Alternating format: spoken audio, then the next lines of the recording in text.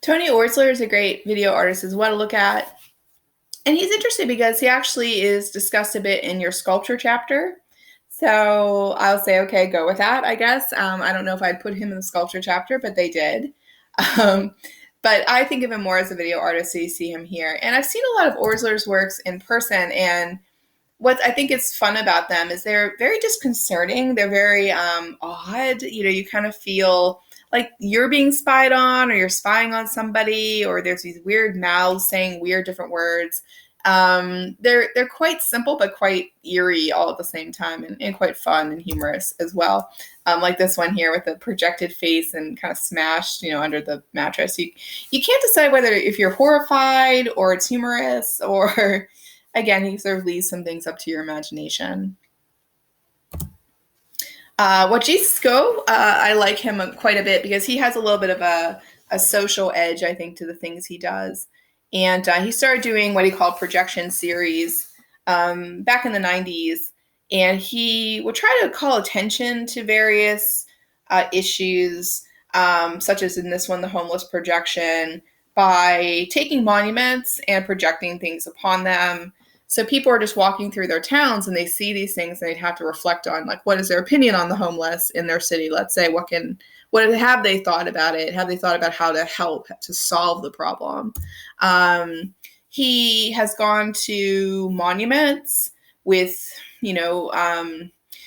sort of tattered past or checkered past or questionable past, and forces the communities to think back on what was this building about. Here we have a Nazi symbol projected on a building in Germany. Does this make people stop and think a bit about the history of the building? This is the one he did for the Hirshhorn Museum in DC. And this piece he did right around the sort of mid 90s, when a lot of evangelicals were talking about things like gun control and different things. So it was a critique on this idea of a peaceful religion, I suppose we might say, endorsing guns. And again, I would say with these works, I'm not really saying how you should view them. I'm saying some different interpretations of them, how they've been viewed, how they've been discussed. But this idea of peace, violence, might we say, perhaps. And another project that he did called the Tijuana Project, where he interviewed workers who often cross between the Mexico-U.S. border to work, and asked them to talk about like their experiences. And a lot of their discussion was about feeling like ignored, creating products, but their labor being sort of denied. So it's a fascinating sort of human study on who people are, what they're all about. And again, having these giant projections in public spaces where people can't really ignore it. I think video art often it rethinks the idea of where art should be. And I think for a lot of people, they think it's in a museum or in a gallery, and that's that. And I personally love these kind of public projects where you can't avoid the art. The art becomes part of your environment, and it forces you to have to interact with it. To me, that's great art. That's interesting art.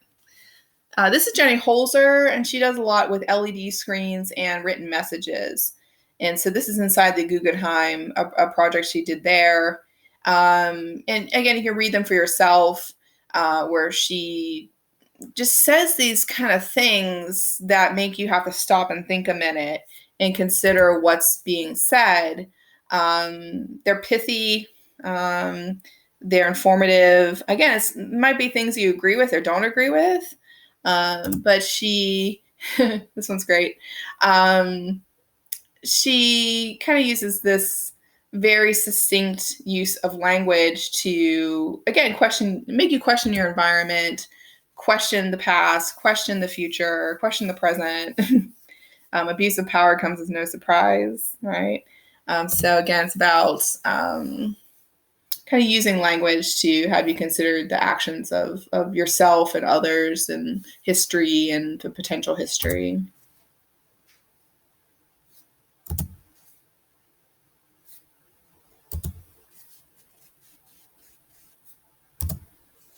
And this is Mona Hatoum, her Corps Étranger project.